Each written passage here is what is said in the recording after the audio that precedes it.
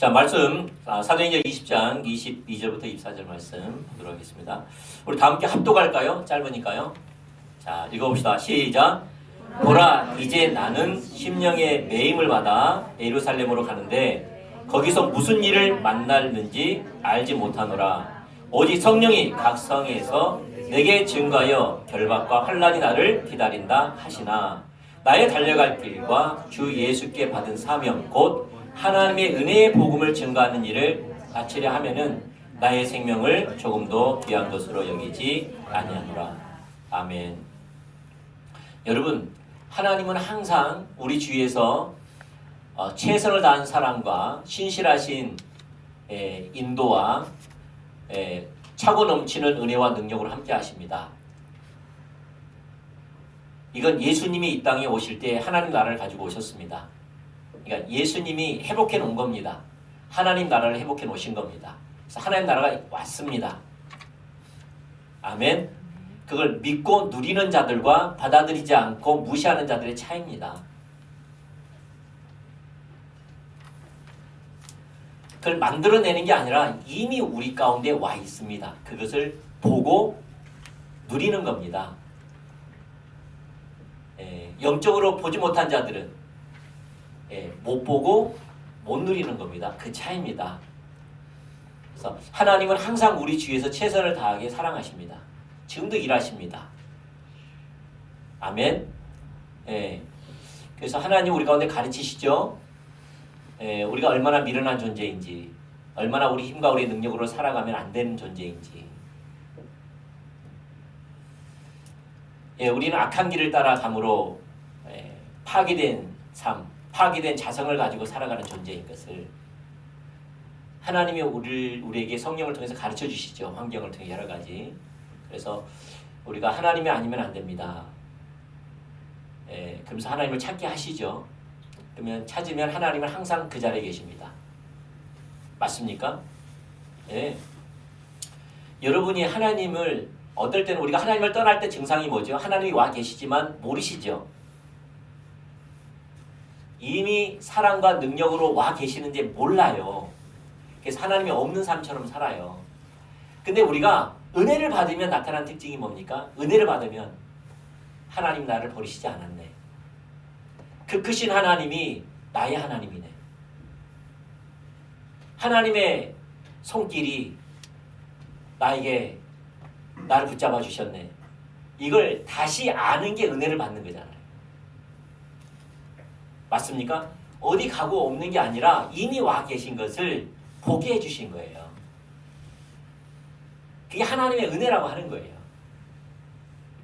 이 영적인 일은 육신으로 할 수 없어요. 성령께서 보여주셔야 되는 거예요. 은혜로만 가능해요. 그래서 은혜 눈이 열리면 하나님의 은혜와 돌보심과 사랑과 능력과 그 선하심이 우리를 차고 넘친 것을 알게 하시는 거예요. 근데 하나님을 안 찾으면 신기하게 눈이 멀어요. 하나님을 안 찾으면 멀게 돼 있어요. 그래서 우리가 지금 우리 하나님이 우리와 함께 하시고 지금도 말씀하시고 계시고 우리 인도하고 계신 그 하나님을 우리는 알 필요가 있어요. 그래서 우리는 하나님의 음성을 들어야 돼요. 아멘. 근데 이제 하나님의 음성 듣는 것은 당연한 거죠. 근데 하나님의 음성을 들을 때 우리는 너무나 쉽게 생각해요. 그냥 음성 들으면 되지 뭐. 그게 또 아니에요. 하나님의 음성은 누구나 들을 수 있지만 하나님의 음성은 분별돼야 돼요. 분별돼야 돼요. 가끔 제가 LH 공사에서 이제 하나님의 음성 듣는 것도 한 적도 있어요. 지금 이제 또 지금 우리 하나님의 음성 듣는 거의 끝나가고 있거든요. 근데 LH 공사는 제가 하나님의 음성 듣는 걸 하기를 원하신 것 같아서 하고 있어요. 근데 이제 눈치가 어떤 눈치라면 이거예요. 왜 이렇게 복잡해? 하나님의 음성 듣는 게. 왜 이렇게 어려워? 왜 이렇게 정신이 없어? 그냥 들으면 안 되나? 그런 거지요. 근데 그렇게 단순한 건 아니에요.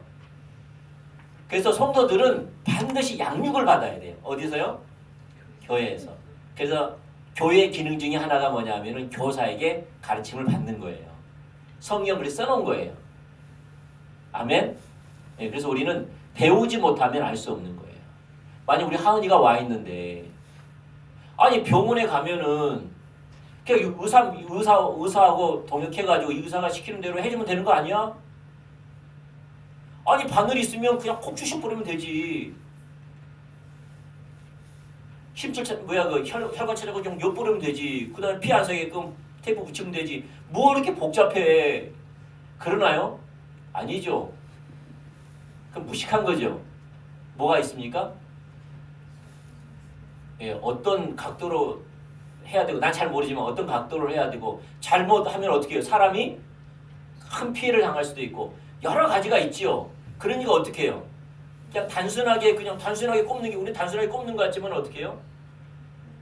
많은 이론이 있고 많은 부작용이라든지 옳은 모델이라든지 여러 가지를 시간을 가지고 배우고 실습을 통해서 그걸 터득해내지요. 맞아요, 안 맞아요? 엉덩이에 주사 난 거 쉽죠?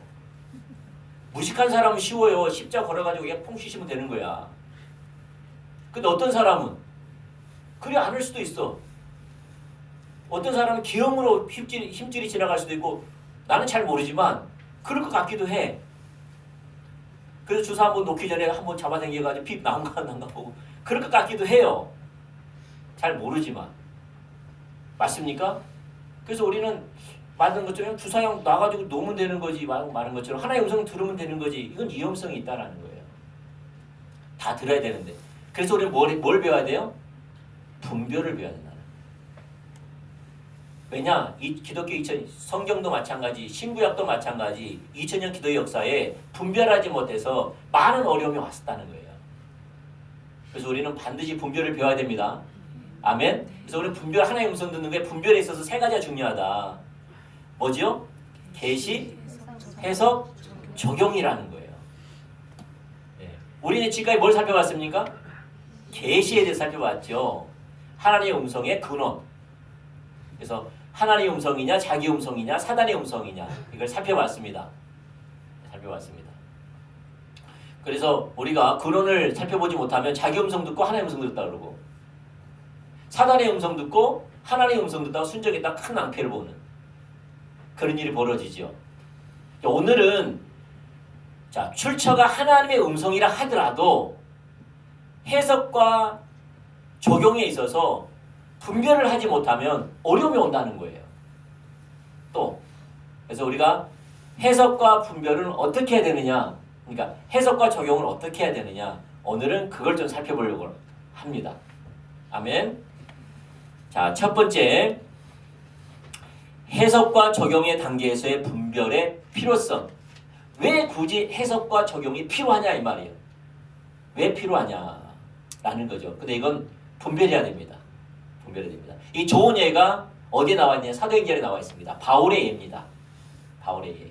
여러분도 알다시피 사도 바울이 1차 전도여행, 2차 전도여행, 3차 전도여행을 통하여서 전도 여행도 있을 뿐만 아니라 또 하나가 뭐냐면 예루살렘 교회의 구제 헌금을 가지고 지금 돌아오고 있는 길이었어요. 예. 그래서 바다라는 곳에서 마지막으로 정차하고 이제 예루살렘으로 오려고 이제 가나안 이제 그 이스라엘에 온 거예요. 그 첫 항구 도시가 이제 두로예요. 두로에 딱 도착했더니 이제 하역 작업을 했습니다. 이제 큰 배로 왔기 때문에 배가 잠깐 쉰 거예요. 배가 그 다음에 오고 그 다음에 가이사라까지 가야 되거든요. 항구. 그래서 첫 번째 항구에서 이제 하역 작업을 하는데 일주일이 걸린 거예요. 일주일이 걸리는 그 시간에 사도 바울이 제자들을 만나러 다닙니다. 왜냐하면 시간이 있기 때문에. 그래서 안부도 묻고 지금까지 하나님이 행하셨던 은혜도 나누고 그러려고 한 거죠. 그게 나와 있는 게 뭐냐면 어디냐면 사도행전 21장 4절 말씀입니다. 4절 말씀. 자, 다 함께 읽어볼까요? 자, 시작. 제자들을 찾아 거기서 이래를 머물더니 그 제자들이 성령의 감동으로 바울더러 예루살렘에 들어가지 말라 하더라. 이제 바울이 그 제자들 만났더니 아마 이제 모이니까 뭘 했던 것 같아요? 서로 기도해주고 기도 사역을 해줬던 것 같아요. 했더니 어떤 감동이에요? 성령의 감동으로 예루살렘에 올라가지 말라고 그런 거예요. 그러니까 사도 바울이 그걸 거절하고 예루살렘으로 갑니다. 그리고 며칠 후에 어디를 가느냐? 이제 가이사랴 8절에 보면은 사도행전 21장 4절에는 어디입니까? 그 두로에서 제자들의 기도 사역 받았고요. 8절에는 이제 가이사랴에 갔더니 빌립의 내 딸이 예언자로 있는 거예요. 그 집에 들렸던 겁니다. 그랬더니 그 당시에 당대의 예언자, 당대 예언자는 어떤 예언자라면, 그러니까 빌립의 내 딸도 예언자라고 하고 아가보 선지라고 하거든요. 그 당시에 예언자라고 명칭을 주는 것은 그 예언이 깊고 빈번하게 나타난 사람을 예언자라고 했습니다. 선지자는 뭐냐? 그 선지자는 그 지역 전체가 인정한 사람이에요. 더 깊고 더 명확하고 더 빈번하게 예언이 나타난 사람을 아가보라고 하는 거예요. 여러분도 알다시피 아가보가 사도행전 11장에 보면은 예루살렘 교회에 큰 기근이 올 거라고 예언을 했는데 그대로 이루어집니다. 그만큼 예언이 강력하게 부었던 사람이에요. 그 아가보가 빌립의 집에 머물고 있는 바울을 찾아온 겁니다. 와서 기도 사역을 또 해준 거예요. 근데 기도 사역하다 환상이 열린 건데 환상을 보면서 이야기해 준 거예요. 그게 사도행전 21장 11절부터 14절 말씀. 같이 한번 읽어볼까요? 시작. 우리에게 와서 바울의 띠를 가져다가 자기 수적을 잡아매고 말하기를 성령이 말씀하시되 예루살렘에서 유대인들이 이같이 이 띠 임자를 결박하여 이방인의 손에 넘겨주리라 하거늘 우리가 그 말을 듣고 그곳 사람들로 더불어 바울에게 예루살렘으로 올라가지 말라 권하니 바울이 대답하되 너희가 어찌하여 물어 내 마음을 상하게 하느냐 나는 주 예수의 이름을 위하여 결박받을 뿐만 아니라 예루살렘에서 죽을 것도 각오하였노라 하니 저가 권함을 받지 아니하므로 우리가 주의 뜻대로 이루어지다 하고 그쳤노라. 아멘. 여기 보니까 아가보가 행위 예언을 한 거예요. 바울의 띠를 갖다가 띠다가 자기 수족을 묶는 거예요. 묶으면서 어떤 예언을 합니까? 이 띠 임자가 이렇게 결박을 당할 건데 유대인에게 결박을 당해서 이방인에게 넘겨줄 거라는 예언을 하면서 그러므로 예루살렘에 어떻게 해요? 올라가지 말라고 권합니다. 그러니까 사도 바울이 어떻게 합니까? 그 예언을 따른 게 아니라 그 예언을 물리치고 올라갑니다. 그랬더니 권면을 계속하다가 멈추지요. 왜냐하면 사람이 하는 게 아니거든요. 어떤 사람은 그러는 거예요. 여기 보면 이제 문제가 발생한 거예요. 뭐가 문제가 발생합니까? 여기 보면 두로에 있는 제자들도 사도 바울에게 예루살렘에 올라가지 말라고 그러고 누구의 감동으로? 성령의 감동으로. 또 가이사라에 있는 빌립의 집에 있는 바울에게 아가보가 찾아와가지고 행의 예언을 통하여서 성령의 감동으로 올라가지 말라고 그러고 그런데 사도 바울은 올라간단 말이에요. 그 예언을 무릅쓰고 올라간 거예요. 왜 올라갔다면 사도 바울은 또 성령의 감동으로 하나님이 이렇게 말씀하셨기 때문에 올라간 거예요. 그 어디 나와 있느냐? 사도행전 20장 22절부터 24절 말씀. 이게 이제 문제인 거예요. 제자들의 말만 그렇게 성령의 감동으로 하면 괜찮은데 사도 바울도 성령의 감동으로 말하는 거예요. 자, 22절부터 볼까요? 시작. 자, 이거는 어떤 내용이라면요. 밀레도라는 그러니까 3차 전도 여행을 마치고 이제 오는 길에 밀레도에서 사도 바울이 잠깐 멈춥니다. 멈추는데 바로 윗도시가 에베소예요. 에베소. 그래서 이게 이게 밀레도라는 어떤 면에서 항구 도시인데 이게 그 에베소에 있는 교회에 있는 장로들을 초청을 합니다. 초청을 해가지고 마지막 권면을 합니다. 나는 이제 너희들 다시는 보지 못한다라고 마지막 권면하는 마지막 권면입니다. 그러니까 에베소 장로들이 다시 바울을 보지 못한다는 그 말 때문에 울고불고 난리가 납니다. 그때에 사도 바울이 그 권면의 말 중에 이런 말을 합니다. 자, 읽어보죠. 시작.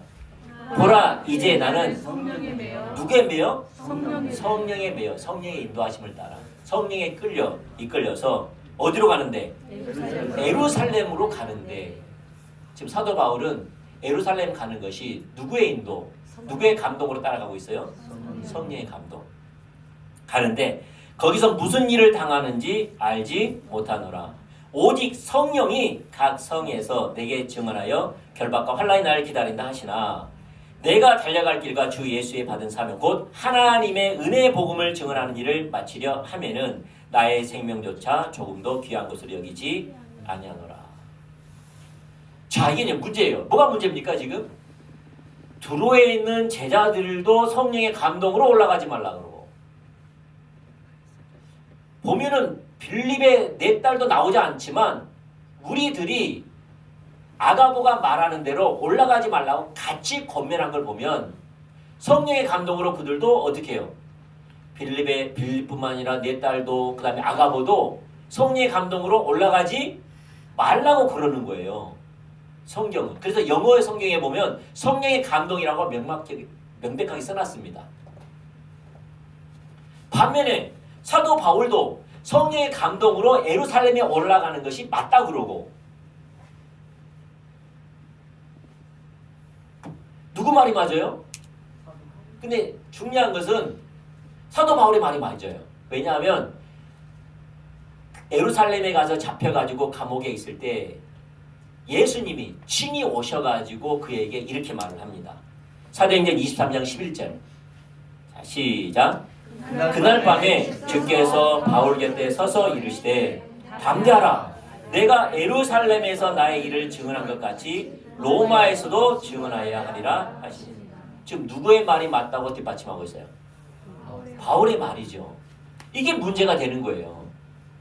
아니, 한 성령께서 바울에게는 올라가라 그러고, 또 두루의 제자들과 빌립과 빌립의 네 딸과 아가보에게는 또 올라가지 말라 그러고, 한 성령께서 누구에게는 가라 하고 누구에게는 가지 말라고 그러냐, 이렇게 보인다는 거예요. 그래서 중요한 게 뭐냐면은 해석과 적용에서의 분별력이 필요하다.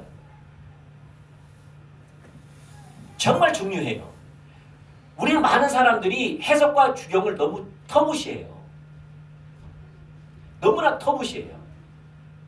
그리고 해석과 적용은요, 특별히 하나님과 친밀한 교제가 되지 않으면 분별이 안 돼요. 우리는 이렇게 생각해요. 예를 들어서 나는 하나님과의 친밀한 교제 동행하는 삶을 살지 않아. 근데 어려움이 오면 누구에게 기도 사역 받으면 잘 될 거라고 생각해요. 그건 존재하지 않아요. 우리는 그런다니까요. 내 옆에 누가 아가보 같은 선지자가 있으면 안전할 거라고 생각해요. 왜? 애연이 명확하니까. 그런데 내가 하나님과 친밀한 교제 가운데 있지 않으면 아무 도움이 안 돼요. 그걸 아셔야 돼요. 그래서 우리는 반드시 뭘 배워야 돼요? 하나님의 음성 듣는 것과 분별을 반드시 배워야 돼요. 왜? 누가 대신해 주지 않아요. 무슨 말 알겠습니까? 그건 누가 대신해 주지 않아요. 나는 신앙생활을 마음대로 살고 하나님도 따라가지 않고 하나님 음성 듣는 것도 안 되고 분별하는 삶도 안 살다가 옆에 누가 강력한 예언이 은사가 있는 사람이 있으면 안전함을 느껴요. 왜냐하면 그 사람은 기도사 받으면 되니까. 그건 존재하지 않다니까요. 그래서 우리는 뭘 배워야 돼요? 중요한 게 해석과 적용이 그렇게 중요해요. 근데 해석과 적용은 누가 분별해야 되냐? 당사자가 분별해야 돼요.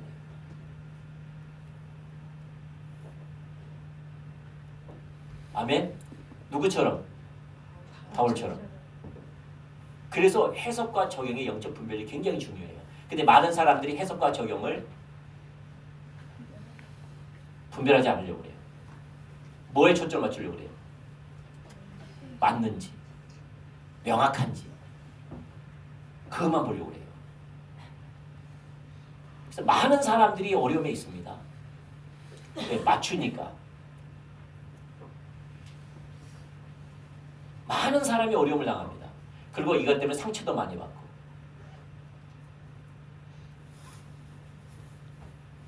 우리 그러지 않기를 축복합니다. 그래서 배우는 겁니다. 자, 그러면 하나씩 풀어봅시다. 잘 들으세요. 자, 두 번째, 해석과 적용의 단계에서의 분별. 해석과 적용의 단계에서의 분별. 그럼 이 문제를 어떻게 해결할 것인가? 라는 거죠. 이 문제를 어떻게 해결할 것인가? 자, 먼저 봅시다. 계시의 영역을 봅시다. 아까 우리가 21장 4절과 8절 말씀에 보면은 이게 있죠. 예수님의 제자들이 기도 사역을 받을 때 올라가지 말라 그러죠. 빌립의 네 딸도 그렇고 아가보도 그렇고. 그래서 아가보는 행위 예언을 합니다. 여러분 행위 예언이 뭡니까? 행위로 보여주는 거죠. 예를 들어서 에스겔 선지자인 어떻게 합니까? 좌쪽으로 누워 있으라. 그다음 어느 기간에 또 우측으로 누워 있으라. 그거 하지요. 또 에레미야기는 어떻게 합니까? 멍에를 메고 다녀라. 또 새 끈을 띠를 구입해다가 저기 유브라데스 강 바위틈에 숨겨라. 또 가가지고 찾아오라. 막 이런 거 하지요. 이게 이제 행위 예언입니다. 이 아가보도 예언을 했습니다. 어떤 예언입니까? 띠 임자가 어떻게 결박될 거라고. 수족을 묵은 다음에 이렇게 결박되어서 누구에게? 이방인의 손에 넘겨질 거라고 예언을 하지요. 이게 계시입니다. 이런 환상을 봤던 거예요. 이 계시를 보니까 자 봅시다. 하나님으로부터 온 거다. 사단으로부터 온 거다. 사람으로부터 온 거다. 하나님으로부터 왔지요. 계시는 맞습니다. 누구로 왔다고요? 하나님께로 왔어요. 하나님께. 그 다음에 해석. 해석이죠. 해석은 어떤 해석입니까? 이제 해석은 딱 환상을 봤더니 그 환상을 해석하는 거죠. 봤더니 어떤 해석이 됩니까? 환상을 딱 보는 순간에 이방인들이 사도 바울을 띠임자 사도 바울을 결박해서 이방인의 손에 넘겨준 걸로 보이는 거예요. 그걸 해석하는데. 근데 이 해석에는 문제가 있습니다. 두 가지 면에서 틀려요. 두 가지 면에 틀려요. 첫 번째는 이방인이 묶이지 않았어요. 유대인들이 바울을 결박시키지 않았어요. 누가 결박시켰습니까? 천부장이 그 군대를 가지고 소유가 일어나니까. 그러니까 예루살렘에 올라갔더니 유대인들이 사도 바울을 죽이려고 돌로 치려고 덤벼든 거예요. 이 소식을 듣고 천부장이 군대를 이끌고 와서 사도 바울을 보호한 거예요. 보호하면서 쇠사슬로 그걸 묶으라고 한 거예요. 다시 말해서 누가 결박한 거예요? 유대인이 아니면은 이방인이? 이방인이 결박한 거예요. 유대인이 아니에요. 근데 아까 아가보는 어떻게 예언했죠? 이 띠임자를 유대인이 결박해서 이방인의 손에 넘겨줄 거라 그랬는데 그건 틀려요. 누가 결박했어요? 이방인들이 와가지고 보호하려고 그 성경 읽어보면은 쇠사슬로 결박하라 그래요. 누가 결박했어요? 이방인이. 그리고 유대인들이 결박해서 이방인 손에 넘겨주라 그랬죠. 그랬어 안 그랬어요? 근데 유대인이 넘겨주지 않았어요. 이방인들이 결박해서 이방인들이 그 사람을 사로잡고 있었어요. 사로잡고 있었어요. 틀려요 안 틀려요? 계시 해석에 있어서는 틀리지만 전체적으로는 맞아요. 두 가지 면에서 맞아요. 하나는 뭐냐면 유대인 때문에 누가? 사도 바울이 결박된 것은 유대인 때문이에요. 또 하나 맞는 게 뭐죠? 결박된 채 누구에 있다는 거죠? 이방인에게 잡혀 있는 거예요. 그래서 전체적으로 보면 맞아요. 몇 개는 틀릴까 모르겠지만 전체적으로 해석은 맞아요. 왜냐하면 결과적으로 누구에게 결박되게 가지고 누구한테 손에 있어요? 그렇지. 이방인들의 하여튼 사도 바울이 결박돼 가지고 이방인에게 지금 사로잡힘을 당하고 있잖아요. 그리고 유대인들이 보이고. 그러니까 전반적으로 해석은 옳은 거죠. 근데 문제는 뭡니까? 적용의 문제예요. 적용은 뭡니까? 두로에 있는 제자들과 또 아가보, 이게 빌립의 네 딸이라든지 아가보라든지 그들은 올라가지 말라 그러고 사도 바울은 올라가고. 그래서 핵심이 뭐에서 분별이 안 돼버린 거예요. 그 예수님의 제자들과 아니면 빌립의 네 딸과 아가보는 뭐에서 분별이 안 된 거예요?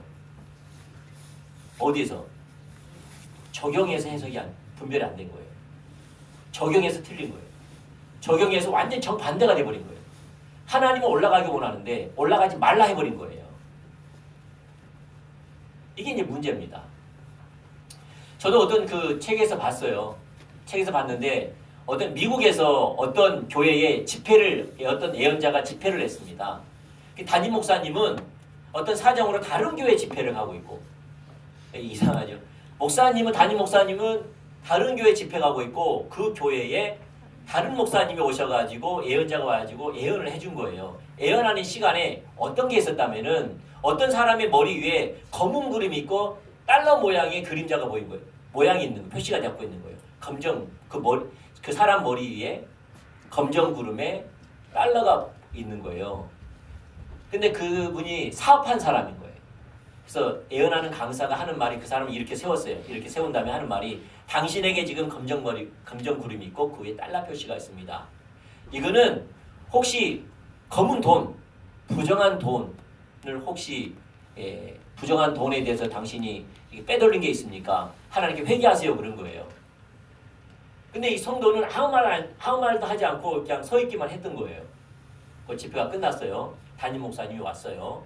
그 사업하는 목사님, 담임 목사님 찾아왔어요. 자초정을 이야기한 겁니다.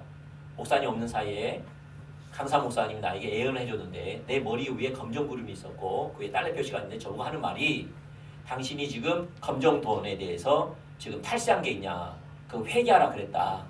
근데 목사님, 내가 그 강사 목사님이 했기 때문에 말을 하지 않았지만 나는 물질에 있어서는 천한 청지기의 역할을 다 했습니다. 나는 양심적입니다. 그 부분에 대해서는 절대 나는 어떤 검정 돈을 나는 어떤 탈세하거나 그런 적이 한 번도 없습니다.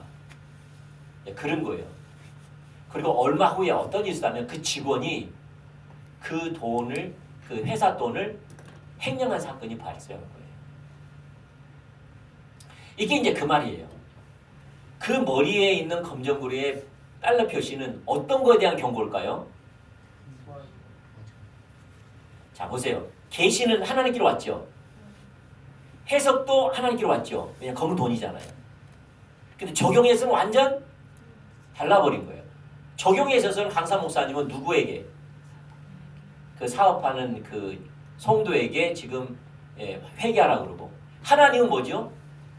지금 검은 돈이 지금 잘못하게 빠져나오고 있으니까 횡령하고 있으니까 그에 대한 경고를 주신 거지요. 그래서 적용이 중요해요. 적용이. 그러면 이제 우리가 이제 알아볼 게 뭐냐면, 그럼 계시, 해석, 적용에 있어서 그럼 적용을 어떻게 할 것인가 라는 거예요. 이게 참 중요하더라고요. 자, 봅시다. 그러면 세 번째, 하나님과의 친밀한 가운데 분별해야 됩니다. 이게 다 하는 이야기인데, 근데 좀 더 들어보세요.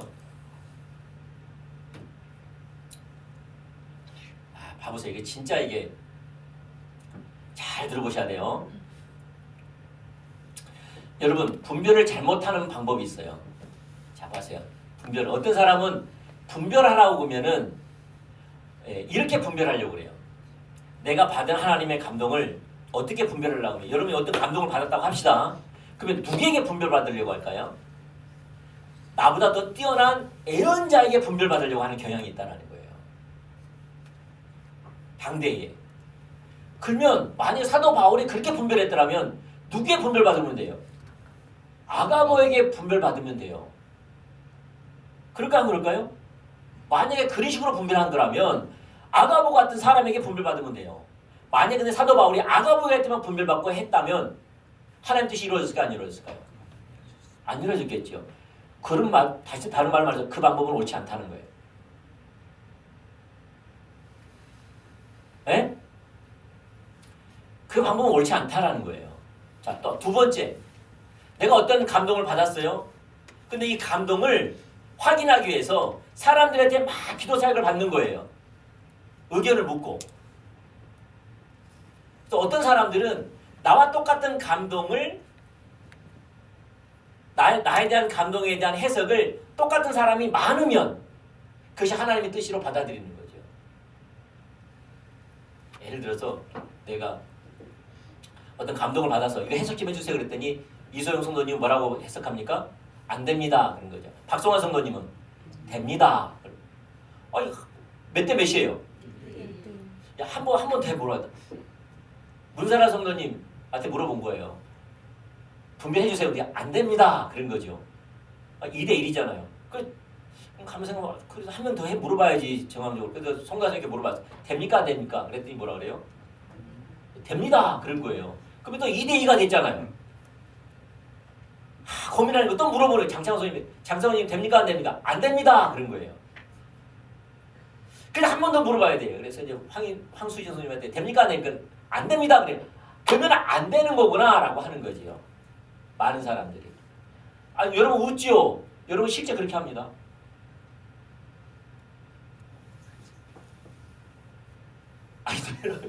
웃잖아요. 근데 실제는 그렇게 합니다. 만약에 그랬다면 사도 바울은 올라가야 돼, 안 올라가야 돼요? 안 올라가야 돼요. 왜냐하면 100% 올라가지 말라 그랬거든요. 분별을 해주는데 100% 올라가지 말라 그랬거든요. 그래 안 그래요? 우리는 분별을 그렇게 해요.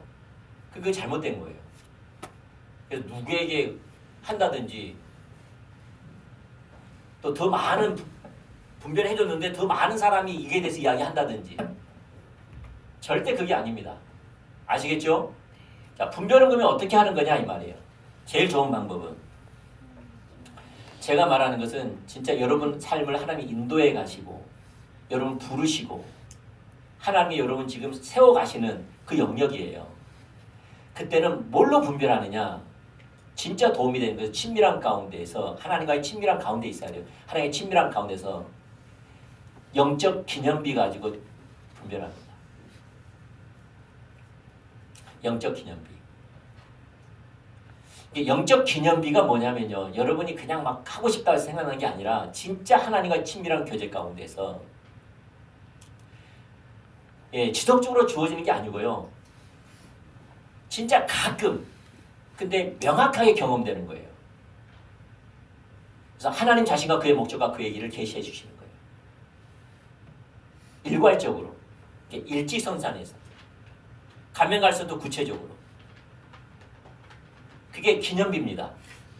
이렇게 말하면 잘 좀 이해가 안 될 수 있어요. 그래서 좋은 예를 하나 찾아보겠습니다. 그게 바로 아브라함입니다. 좀 이따가 바울도 한번 보면서 마치도록 하겠습니다. 아브라함 하나 예를 보죠. 아브라함. 제가 영적 기념비라고 그랬잖아요.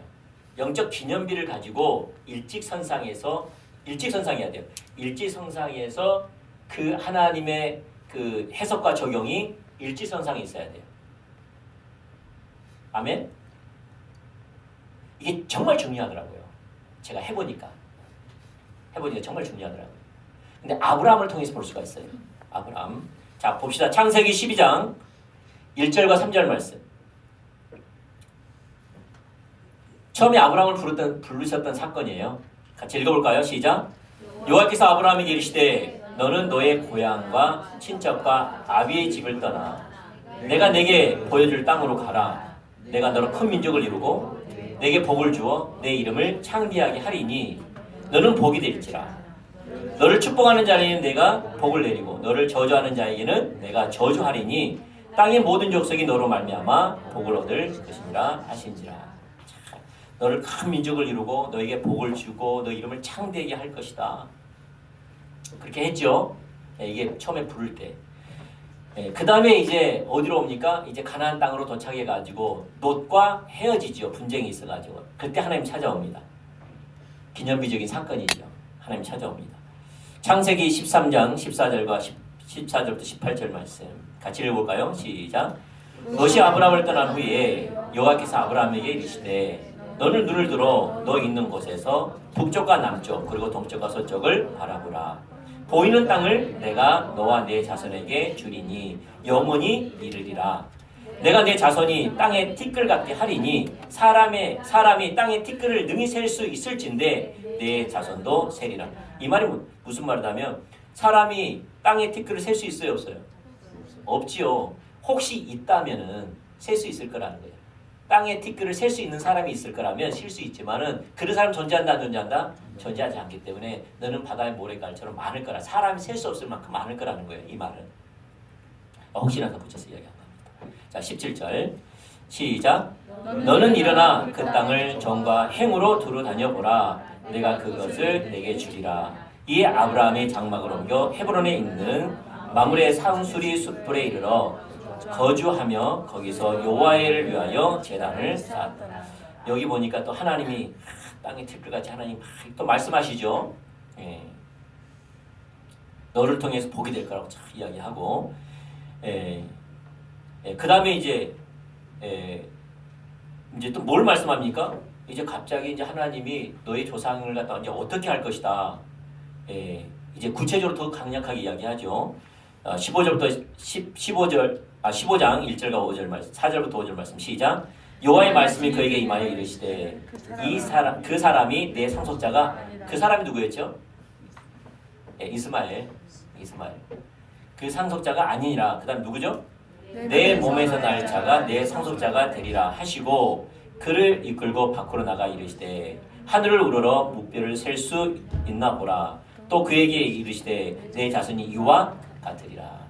이제는 그 자손이 많을 건데 누구의 씨로 된다고요? 이제 네 몸의 씨로 된다는 거예요. 이제 또 구체적이죠.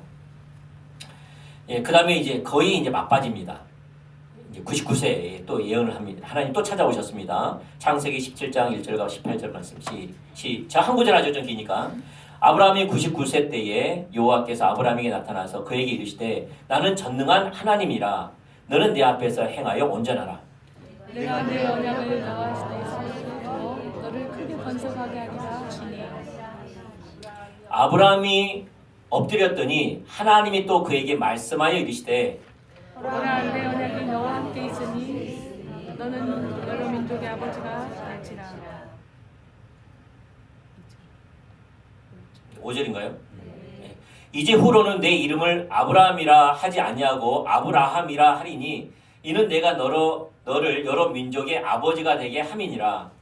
내가 너로 힘이 번성하게 하리니 내가 너에게 민족들이 나게 하며 왕들이 내게로부터 나오리라. 내가 내 언약을 나와 너 및 내 대대 후손 사이에 세워서 영원한 언약을 삼고 너와 내 후손의 하나님이 되리라. 내가 너와 내 후손에게 내가 거류하는 땅 곧 가나안 온 땅을 주어 영원한 격을 되게 하고 나는 그들의 하나님이 되리라. 네, 이제는 이제 왕들도 나기 시작하는 거예요. 이제 큰 민족을 줄 뿐만 아니라 어떻게 이제 왕들도 너에게서 나온다는 거죠. 그 다음에 창세기 22장 16절부터 18절 시작. 이르시되 여호와께서 이르시기를 나는 나를 가리켜 맹세하노니 내가 이같이 행하여 네 아들 네 독자도 아끼지 아니하였은즉 내가 네게 큰 복을 주고 네 씨가 크게 번성하여 하늘의 목별과 같고 바닷가의 모래와 같게 하리니 내 씨가 그 대적의 성문을 차지하리라. 또 내 씨로 말미암아 천하 만민이 복을 받으리니 이는 내가 나의 말을 준행하였음이라 하셨다 하니라. 자기 보면은 하나님이 아브라함에게 매일 찾아온 건 아니에요. 몇십 년 만에 찾아오고 몇 년 만에 찾아와가지고 하나님 자신과 그의 목적과 그의 길을 계시하시죠. 맞아요? 근데 하나님이 항상 어떻게 말씀하세요? 일직선상에서 말씀하세요. 그리고 더욱더 분명하고 더욱더 구체적이고. 그러니까 아브라함이 그걸 따라간 거예요. 맞습니까? 이게 뭐예요? 이게 기념비, 영적 기념비를 가지고 분별하는 거예요. 근데 한번 어려움이 왔지요. 가나안 땅에 뭐가 왔습니까? 기근이 왔지요. 근데 하나님의 말씀에는 그러니까 기념비적인 영적인 만남에서는 뭐가 없었어요? 이집트로 애굽으로 내려가라는 말은 없었지요. 근데 가나안 땅에 기근이 오니까 애굽으로 누구 임의대로? 아브라함의 임의대로 가버린 거예요. 그럴 때 어떤 일이 벌어졌습니까? 큰 어려움을 당하고 아내까지 빼앗길 뻔한 하였지요. 근데 하나님이 보호해 주셨지요. 맞습니까? 그건 하나님 음성을 잘못 들었어요? 잘 들었어요? 잘못 들은 거예요. 왜요? 그 일지선상에서 벗어났기 때문에. 어려움이 왔다고 가버린 거예요. 근데 만약에 여러분이 아브라함 같으면은 애굽으로 갔을까 안 갔을까요? 여러분 같으면은 어느 순간 내가 애굽에 가나안 땅에 있는데 소문이 들려온 거예요. 애굽에 가면 살 수 있다고. 너와의 짐승들도 살 수 있고 너의 가족들도 살 수 있다. 그 둘이 들려오면 하나님 음성으로 받아들이겠어요? 아니면은 자기 음성 사단의 음성으로 받아들이겠어요? 하나님 음성으로 받아들이겠죠. 근데 그것을 분별하려면 어떻게 해야 돼요? 하나님과 친밀한 교제 가운데서 영적 기념비적인 사건을 통해서 분별하라는 거예요. 친밀한 가운데서. 왜냐하면 거기에서는 뭐가 없었어요? 지금 계속 약속의 땅으로 인도해 가시고 그 땅을 주겠다고 말씀하시는 건데 어디로 가버린 거죠? 애굽으로 가는 거예요. 그랬더니 하나님의 길에서 벗어나니까 어려움이 오고 환란이 오고 그 당시에 여러분이 아브라함 같았으면은 엄청난 스트레스를 받았을 거예요. 엄청난 죄책감을 가졌을 거예요. 맞습니까? 자기 살려고 아내를 갖다가 누이라고 팔아먹질 않나. 그러면 자기 속은 편했겠어요? 박성호 선생님 살라고 아내를 갖다가 달라고 해놓고 져버렸어. 마음 편하겠어요? 편하다고? 네. 얼마나 죄책감이 있을 거예요. 그러니까 그거 갖다가 떠오르면 아브라함은 수치감과 정죄감에 시달릴 거예요. 그 다음에 누굴 바라보면은 사라를 볼 때마다 어떨까요? 또 사라도 가끔 그게 생각나면은 가정에 관계 깨짐에 불씨가 될 수 있고 여러 가지 어려움이 있었을 거예요. 근데 그런다 그 말이에요. 그 우리가 이게 아브라함뿐만 아니라 우리에게도 그대로 적용된다는. 그래 잘 들어보시라는 거예요. 아멘. 뭐 통해 보라는 거예요? 우리 하나님의 음성을 계시 해석 적용을 뭘로? 일지선상에서 보라는 거예요. 일지선상에서 보란 말은 무슨 말이죠? 하나님과의 나의 만남, 나를 만나주시고 하나님 자신과 그의 목적과 그의 길을 계셨던 뜬붕뜬붕 명확하게 나에게 열정을 줬던 그걸 보라는 거예요. 그걸로 보라는 거예요. 그러면은 된다는 거예요. 이제 그걸 봅니까? 이제 뭘 보면 된다면은 그러면 왜 사도 바울이 계시 해석 적용해서 하나님의 음성을 얼마나 분별했냐 이 말이에요. 그걸 좀 봐야 되겠죠. 다른 사람들은 다 올라가지 말라 그랬는데 사도 바울은 올라갈 수밖에 없었던, 그러니까 하나님의 음성을 잘 분별했던 어디서 봤냐 이 말이죠. 그걸 좀 보려고 하는 거예요. 그것도 일지선상에서 봤던 거예요. 좀 그걸 보려고 합니다. 자, 사도 바울의 경우 보도록 하겠습니다. 사도 바울은 말 그대로 예언을 멸시하지 않았습니다. 그래서 기도 사역 받았습니다. 그래서 사도 바울이 말했죠. 뭐라 그랬죠? 멸시하지 말라 그랬지만 뭐 하라 그랬어요? 분별하라 그랬죠. 사도 바울이 분별한 겁니다. 근데 어떻게 분별했느냐? 두 가지로 분별했어요. 두 가지. 하나는 뭐냐? 예루살렘에 올라가는 것이 하나님의 뜻. 두 번째는 각 선마다 환난과 핍박이 있을 거라는 하나님의 말씀이 이미 있었어요.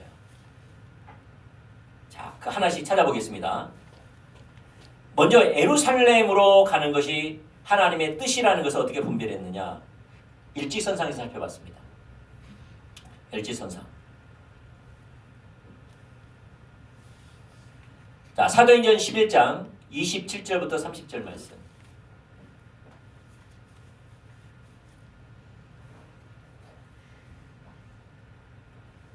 자, 읽어보죠. 시작.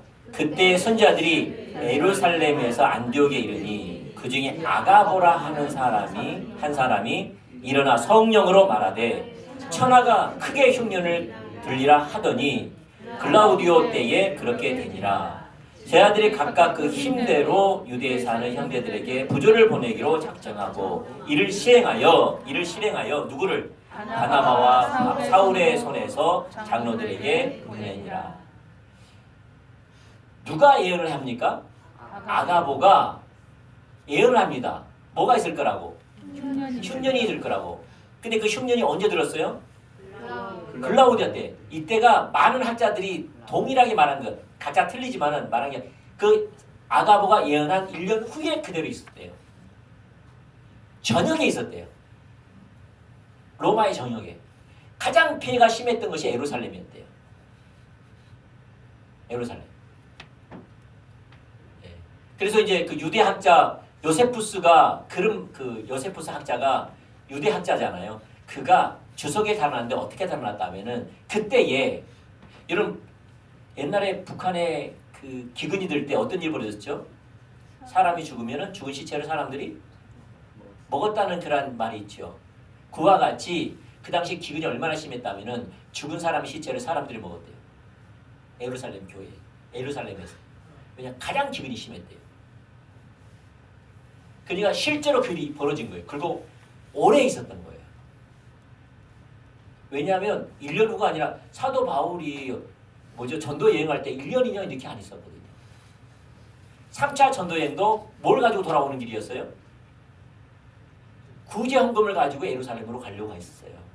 그때도 뭐가 있었다는 거예요? 기근이 있었다는 거예요. 기근이 잠깐 있는 게 아니라 길게 있었어요. 근데 그걸 누구에게 맡겼다는 거죠? 바나바와 사울. 사도 바울에게 맡긴 거예요.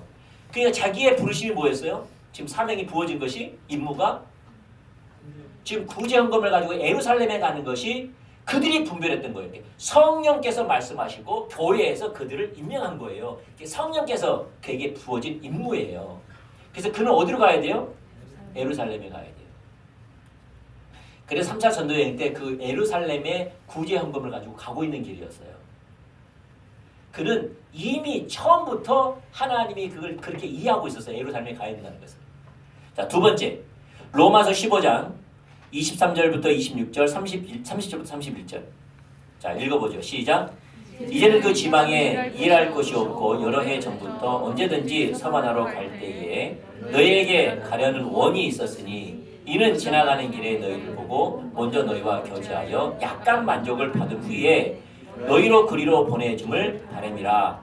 그러나 이제는 내가 성도를 섬기는 일에 예루살렘에 가노니 이는 마게도냐와 아가야 사람들이 예루살렘 성도 중 가난한 자들을 위하여 기쁘게 얼마를 동정하였습니다. 구제헌금을 줬기 때문에. 형제들아, 내가 우리 주 예수 그리스도로 말미암아 성령의 사랑으로 말미암아 너희를 권하노니 너희의 기도에 나와 힘을 같이하여 나를 위하여 하나님께 빌어. 나로 유대에 순종치 아니하는 자들에게 구원을 받게 하고 또 예루살렘에 대한 나의 섬기는 일을 성도들이 받음직하게 하고. 자기 부르심 분명하죠. 어디로 가야 됩니까? 예루살렘에 그 섬기는 일을 마쳐야 되는 거예요. 그러니까 계속 사도 바울은 하나님으로부터 받고 계속 일지선상에서 그가 가지고 있는 건 뭐죠? 예루살렘에 가야 된다는 거예요. 자, 로마서 1장 9절부터 10절 말씀 시작. 내가 그의 아들의 복음 안에서 내 심령으로 섬기는 하나님이 나의 증언이 되시거니와 항상 내 기도에 쉬지 않고 너희를 위하며 어떠하든지 이제 하나님의 뜻 안에서 너희에게로 갈 좋은 길 얻기를 구하노라. 여기는 로마서 교회 이야기하는 거거든요. 그러니까 사도 바울은 지금 어디서 예루살렘 갔다가 어디 가려고 하는 거죠? 로마로. 왜냐하면 하나님의 뜻이에요. 하나님의 뜻이에요. 지금 그것은 오래전부터 분별했던 거예요. 그를 향해 지금 가고 있는 거예요. 가고 있는 거예요. 그 다음에 핍박과 환난에 대한 영적 랜드마크입니다. 네, 기념비입니다. 영적 기념비. 사도행전 9장에 보면 사도 바울이 처음 거듭났을 때 아나니아에게 기도 사역 받으면서 아나니아를 통해서 하나님의 음성 듣는 것을 말하고 있습니다. 아나니아를 통해서 사도 바울의 부르심에 대해서 이야기 듣는 겁니다. 사도행전 9장 15절과 16절 시작. 주께서 이르시되 가라. 이 사람은 내 이름을 이방인과 임금들과 이스라엘 자손들에게 전하기 위하여 택한 나의 그릇이라. 그가 내 이름을 위하여 얼마나 고난을 받아야 할 것을 내가 그에게 보이리라. 그는 어떤 삶을 살아야 한다는 거죠? 얼마나 고난을 받아야 될 것인지. 그래서 아나니아에게 이미 하나님의 뜻을 말합니다. 이게 사도 바울은 가는 곳마다 뭘 받는다고요? 하나님이 이미 말씀하신 거예요. 고난이 있을 거라고. 사도 바울은 그러니까 가는 곳마다 뭐가 있어요? 고난이 있어요. 가는 곳마다 그래요. 왜냐하면 누가 말씀하신 거죠? 사도 바울. 아니 하나님이. 그 사도 바울은 고난이 있는 것을 당연시 여겼어요. 고난이 있기 때문에 도망간 게 아니고 고난이 있기 때문에 포기한 게 아니라 고난이 오니까 뭐예요? 내가 있을 곳이 있었구나라고 생각한 거예요. 왜냐하면 하나님이 너가 가는 곳에 고난이 있을 거라고 말씀하셨기 때문에 그걸 당연하게 여기고 내 있는 자리가 하나님의 뜻이라는 걸 또 확신했다는 거예요. 고난을 보면서. 그리고 개인적으로도 계속 고백하는 겁니다. 개인적으로 여러 차례 말하는 거예요. 사도행전 20장 22절부터 24절 말씀. 자 시작.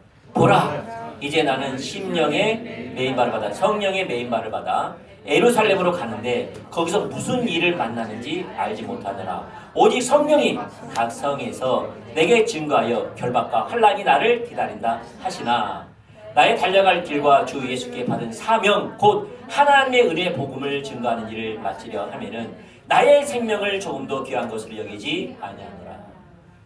사도 바울은 알았어요. 예루살렘 가면 뭐가 기다린다고요? 환난과 핍박이 결박이 있을 거라는 것을 이미 알고 있었어요.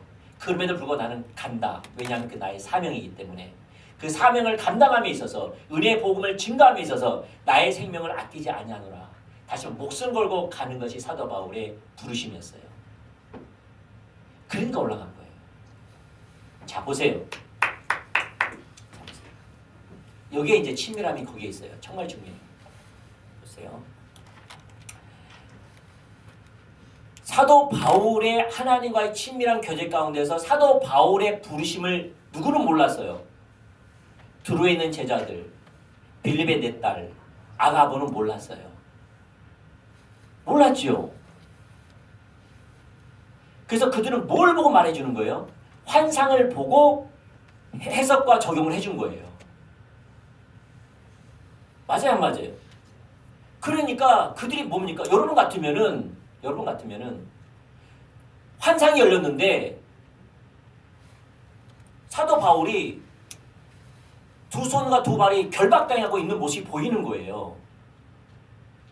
그럼 여러분은 내 자녀가 예루살렘에 올라가면은 그런 일이 벌어진다고 환상이 보이는 거예요. 그러면 뭐라고 적용해 주겠어요?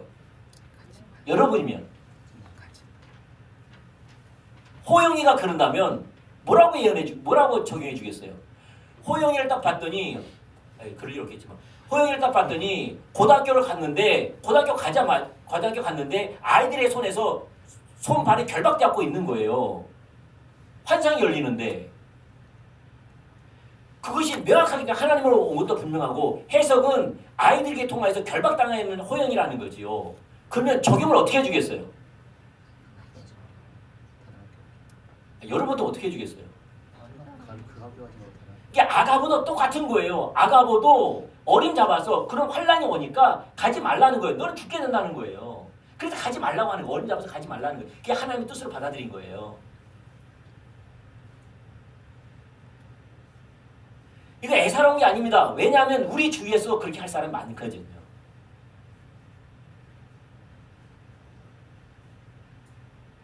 여러분 누가 어떤 성도분이 사도 바울같이 그런 환상을 봤다고 한다면 여러분이 만약에 아가보고 빌립의 딸이고 두루의 제사들이라면 어떤 해석을 해줄 것 같아요? 여러분 가장 사랑스럽고 가장 귀하고 가장 이 시대의 복음을 위해서 살아있을 사람 어떻게 적용해 주실 거예요? 올라가라고 했어요? 올라가지 말라고 했어요? 올라가지 말라 그러겠지요. 그럴까 안 그럴까요? 사도 바울은 어떻게 했다고요? 뭘로 분별했다? 하나님과 친밀하면서 구별했다고요. 하나님과 친밀함. 친밀함 중에 어떤 것 중에? 일지선상에서의 영적 기념비, 영적 랜드마크로 분별했다는 거예요. 그래서 사도 바울은 이미 그 전부터 일괄되게 하나님 말씀하신 게 있어요. 아브라함처럼 일괄되게 말씀하신 거예요. 뭡니까? 나는 지금 예루살렘에 가는 것이 목적이야. 이미 분별이 됐어요. 하나님이 말씀하셨고 예루살렘에 구제가 있을 기근이 있을 것이고 이 구제를 해서 가져갈 것이 부르심을 받았고 지금 내게 돈을 사람들이 헌금을 했고 이걸 가지고 가야 된다는 것이 성령의 부르심이고 그 사명을 감당하는 것이 옳은 거예요. 그것이 이미 전부터 갖고 있었던 거예요. 그리고 가서 어디까지 가라고 말씀하신 거죠? 로마까지 가서. 전승에 하면은 바울이 그리 가고 싶던 스페인까지 가서 잠깐 그 노임을 당하고 가서 다 돌아와가지고 네로 황제 때 처형을 당하거든요. 순교당하거든요. 그래서 예루살렘에 가는 것이 맞았어요. 그리고 또 하나 뭡니까?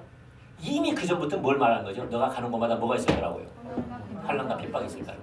그래서 그들이 그렇게 말할 때 이것이 하나님의 뜻이라고 사도 바울은 분별한 거예요. 더욱더 분별한 거예요. 그들은 가지 말라고 적용했지만 사도 바울은 가는 것으로 적용한 거예요. 도리어 그들의 기도 사역이 사도 바울에게 더 명확해진 거예요. 명확해진 거예요. 아멘. 자, 이게 왜 중요하냐면요. 우리는 너무나 많이 누구처럼 아가보처럼 두루의 제자들처럼 적용할 위험성이 많아요. 우리가 사랑하는 사람에게 더욱더. 그래 안 그래요? 그래요. 그래서 많은 사람들이 계시, 해석, 여기까지는 좀 맞을까 몰라도 적용해서는요. 임의대로 해석해버려요. 그러니까 정반대가 돼버리는 거죠. 그런 위험성이 있어요. 어떤 사람들이 봐보세요. 여러분이 어떤 환상을 보고 어떤 감동을 받았다고 이야기해요. 그리고 어떤 하나님이 행하시는 어떤 환경을 이야기하는데 지금 어떤 환경이에요? 어려움이 오는 환경. 사람들에게 핍박을 당하고 있는 환경. 어려움이 오는 환경. 결핍의 환경.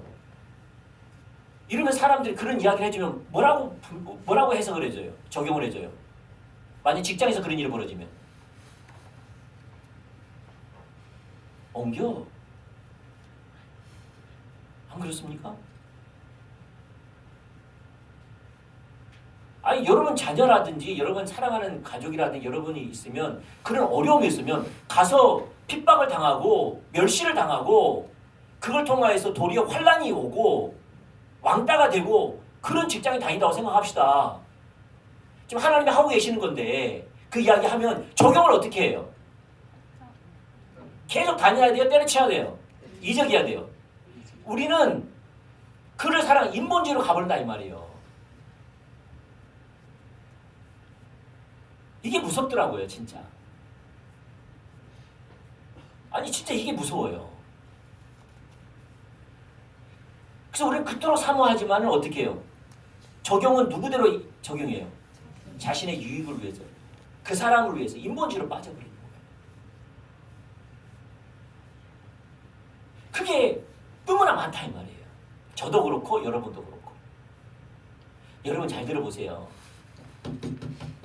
여러분이 하나님이 지금까지 하나님께서 십자가 복으로 인도해 오시고 다른 모르겠지만 십자가 복으로 인도해 오시고 이제 선교적 삶으로 인도해 가시고 이제 빛과 소금의 삶으로 이 나를 위해 살지 않고 하나님 뜻과 목적으로 위해 살아간다고 하잖아요. 쭉 따라와서 일괄되게 그 전부터 세상적인 즐거움이 아니게끔 만들었어요. 말씀하시고 너는 나만 따르라고 말씀하시고 그걸 그렇게 훈련시키시고 계속 너는 내가 모든 것 때문에 내가 너의 모든 것 해줄게 가르쳐 주시는 거죠. 너를 위해 살지 말고 나를 위해 살라고. 맞습니까? 다는 아니라 할지라도 그렇게 일지선상에서 계속 말씀하시고 은혜 줄 때마다 그렇게 말씀하시는 거예요. 그러면 직장도 어떻게 해야 될까요? 하나님의 목적에 순종하는 삶. 자기가 아니라 자기 방법이 아니라 자기 취향이 아니라 자기 야망이 아니라 그 직장은 하나님의 기업이요. 월급 주는 것은 그 사람이 주는 게 아니라 하나님이 그 사람을 통해 주는 거라고 이해하고 그곳에서 하나님 뜻을 이루는 삶을 살 때 사도 바울처럼 어떤 일이 벌어질 수 있다는 거죠? 사람들을 통해서 핍박도 올 수 있고 나를 애워싸움을 당할 수도 있고 공격할 수도 있고 누명을 씌울 수도 있고 죽이려고 할 수도 있고 나의 인격을 짓밟으려고 할 수도 있고 그래 안 그래요? 그런 일 있죠? 그러면 우리는 적용을 어떻게 하냐 이 말이에요. 우리는 적용을 어떻게 하냐 이 말이죠. 적용이 일지선상에서 보는 거예요? 아니면 그 환경만 보는 거예요? 그러면 하나님의 적용은 뭐죠? 그 환경에 대한 더 이상 하나님은 그곳에 있지 말란가 보다. 그래서 뭘 준비해요? 이직을 준비해요. 더 나은 복지를 준비해요. 그러면 하나도 안 떨어진다. 아브라함이 흉년이 들자 애굽으로 가버린 것처럼 그 세월이 허송세월 지나가 버린다. 전혀 안 떨어진 상태. 그럼 뭘 봐야 돼요? 우리도 사도 바울처럼 예수님처럼 십자가의 길은 어려움도 없고 핍박도 없고 멸망 뭐죠? 너희가 그 주인을 그렇게 했으면은 그 종들은 오직 하겠냐? 주인이 나를 멸시하고 천대했는데 제자이든 너희들은 오직 하겠느냐? 너희도 그런다는 거지요. 복음대로 살면은. 그래 안 그래요? 세상에서 예수님이 복음대로 살았더니 세상 사람들이 저러고 멸시하고 핍박하고 누명을 씌우고 죽이려고 그랬잖아요. 나를 그렇게 했더라면 주인을 그렇게 했더라면 그 종들은 오직 하겠냐 그 말이죠. 예수님은. 그러면 우리는 가는 곳마다 어떤 일이 있다는 거죠? 예수님의 갔던 그 길이 벌어진다는 거죠. 그러면 어떻게 해야 돼요? 순간순간 나의 중심, 자기 사랑으로 볼 것이 아니라 뭘로 봐야 한다는 거죠? 하나님의 친밀한 교제 가운데서 일시선상의 부르심으로 봐야 한다는 거죠.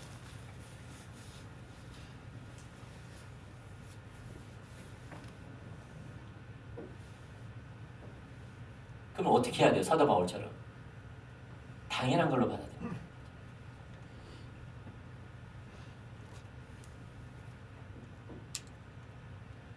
사도 바울처럼 그것을 뭘로 여긴다고요? 당연한 걸로 받아들인다. 그래서 그들은 뭘 따라가요? 하나님이 지금 나에게 행하고 계시고 나를 이끌고 계시고 그걸 따라가요.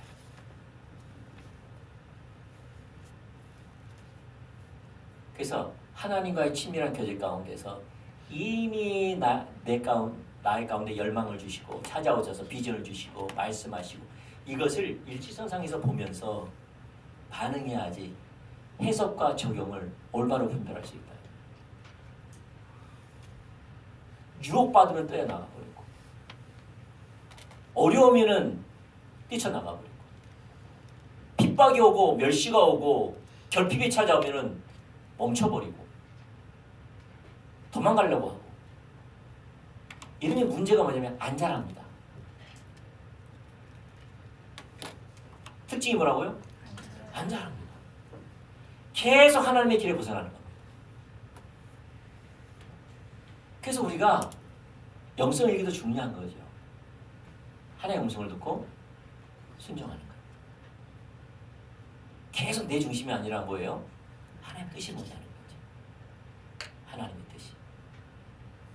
그리고 상대방을 보더라도 자기 중심을 볼 게 아니라 물어봐야 돼요. 뭘 물어봐야 돼요? 하나님이 그에게 지금 뭐하고 계신가를 쭉 물어봐야지 지금 뭐하고 있는지 그게 보이는 거예요.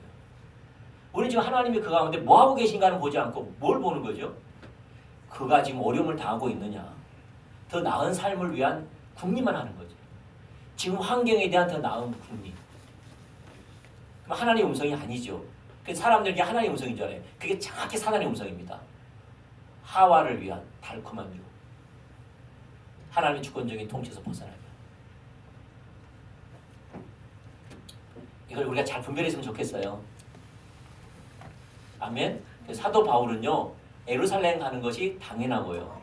핍박과 환란이 있는 것은 당연한 걸로. 그래서 하나님 뜻으로 받아들인 거예요.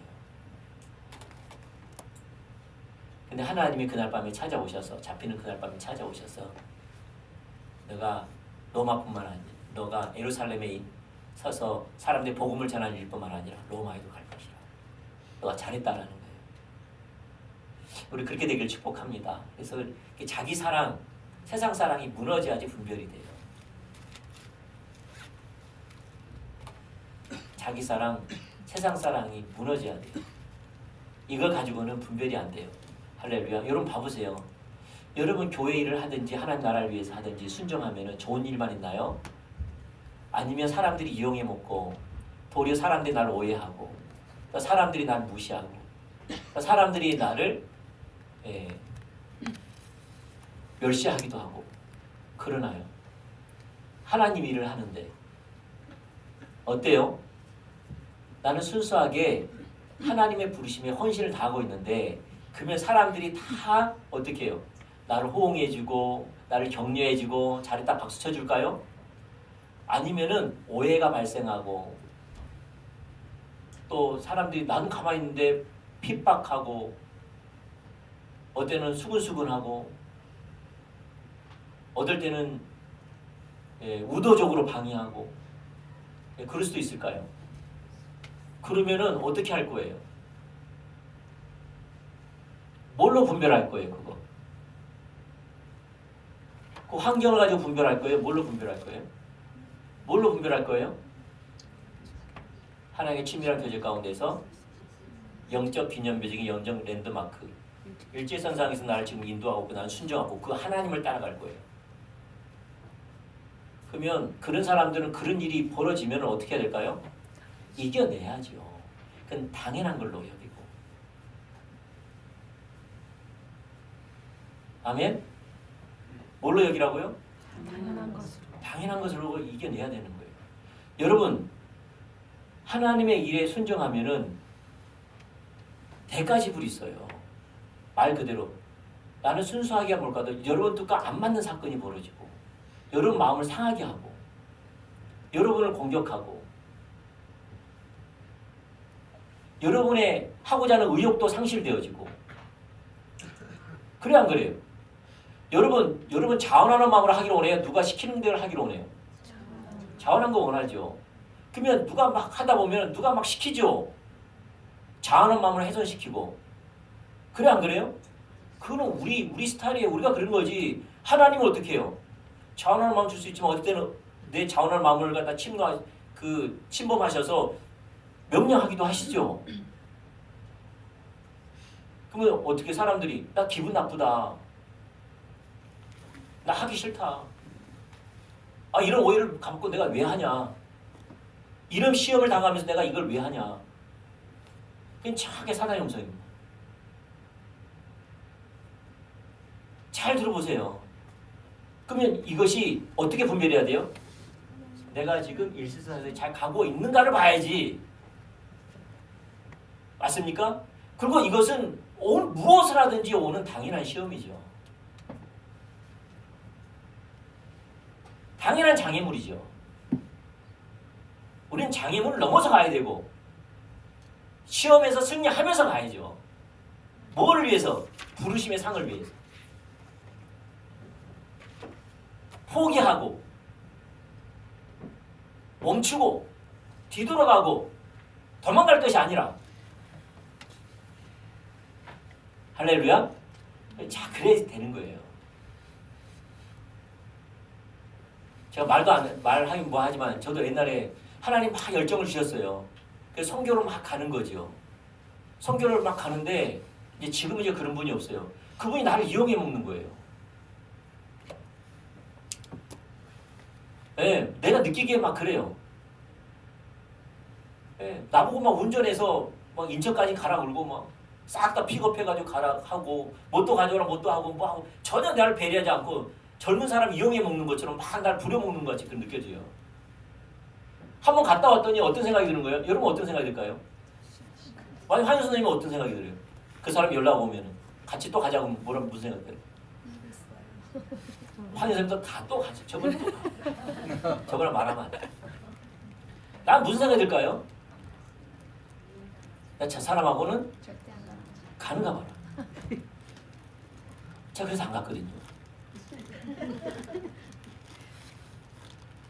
왜냐하면 내가 나이가 어리다고 막 운전시켜 먹으려고 하고 나를 배려를 해야지. 가까운 사람 배려를 해야지. 그까지 와가지고 또 나보고 내 운전을 같이 가라 그러고 그거 내 형편을 배려해야지. 막 이것저것 지금 막 준비하라 그러지. 처음에는 아멘하고 갔는데 하면 할수록 뭐가 생겨요? 이용당한 것 같고 보니까 나가 딱이네. 딱 그 사람 눈에게는 완전 나 꺼봉이 나 딱이네. 기차게 날 뽑았네. 이런 생각이 드는 거죠. 다음에 어떤 나는 그렇게 놀아난가 봐라. 그런 생각이 드는 거죠. 제가 그때가 있었거든요. 그 다음에 하나님께서 그런 거죠. 뭐죠? 어떻게 해야 돼요? 그런 것들은요, 그냥 당연한 걸 받아들이면 돼요. 해드리면 돼요. 뭘 위해서? 나를 부르신 그걸 위해서 하면 되는 거예요. 이거는 당연한 거예요. 이용당하면 되는 거예요. 그럴도 아니겠지만 내가 그렇게 느끼겠죠. 그분이 그리 않겠지만 내가 그렇게 느끼겠죠. 그게 맞을 수도 있어요. 내가 그렇게 느낀 거죠. 나를 좀 배려해 주길 원하는. 전혀 배려가 없는. 내가 이용당한 것처럼 내가 느낀 거겠죠. 근데 중요한 것은 그 뜻을 위해서 그걸 해야지요.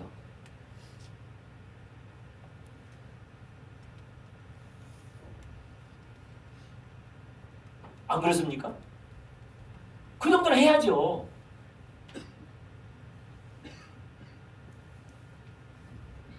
그거 싫다, 이거 싫다, 저거 싫다 하면은 뭐 할 거예요? 잘할 수 있는 게 아무것도 없어요.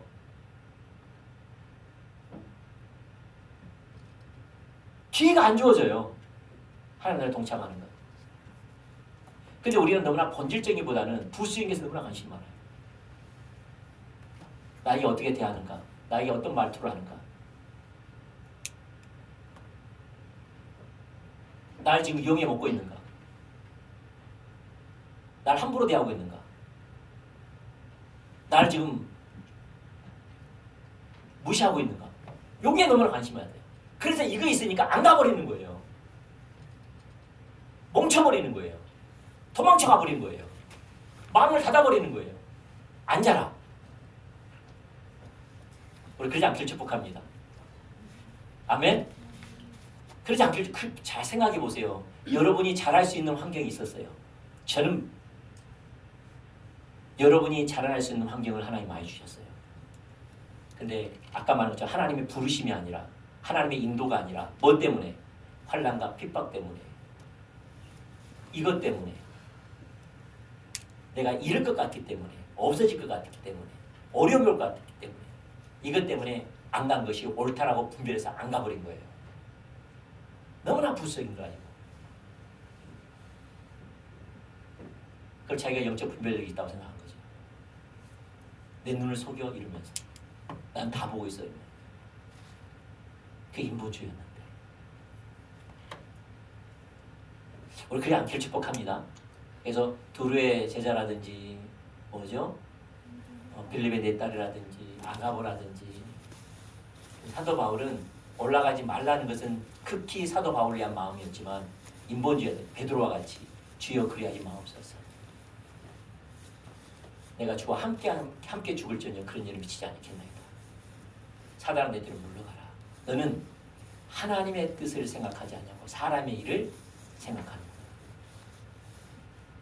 그렇게 충성스러운 베드로 말이 사단이 말했던 거예요. 뭘 놓치게 만든 거죠? 예수님의 부르심, 예수님을 향한 인도, 그것을 끊어버리려고 하는 거예요. 우리 잘 분별해서 정말 개인이었던 교회가 됐던 하나님과 동행하면서 여러분 삶 속에 살아있는 하나님을 또 하나님의 역사를 경험하는 한 분 한 분 되기를 좀 축복합니다. 우리 기도했으면 좋겠습니다. 먼저 우리가 미친 대로 좀 회개했으면 좋겠어요. 하나님, 하나님의 부르심과 하나님의 인도하심이 나의 삶의 교회에서, 가정에서, 직장에서 있었는데 우리는 하나님의 부르심을 따라 사도 바울처럼 내 목숨도 귀한 것을 여기지 아니하노라 이렇게 고백하며 자기를 부인하면서 대가짐을 따라갔는데 우리는 너무나 많이 하나님의 부르심, 하나님의 인도가 목적이 아니라 그 순간 찾아오는 외로움, 분노, 미움, 다툼, 어려움, 이게 초점이 맞춰져서 하나님의 인도를 놓쳐버리고 방황하고 그것에 매여서 하나님의 뜻은, 하나님의 사랑은 온데간데, 하나님의 일하심은 온데간데 없는 하나님과 정반대의 삶을 살았던 우리가 이러한 것들을 좀 회개했으면 좋겠어요. 하나님,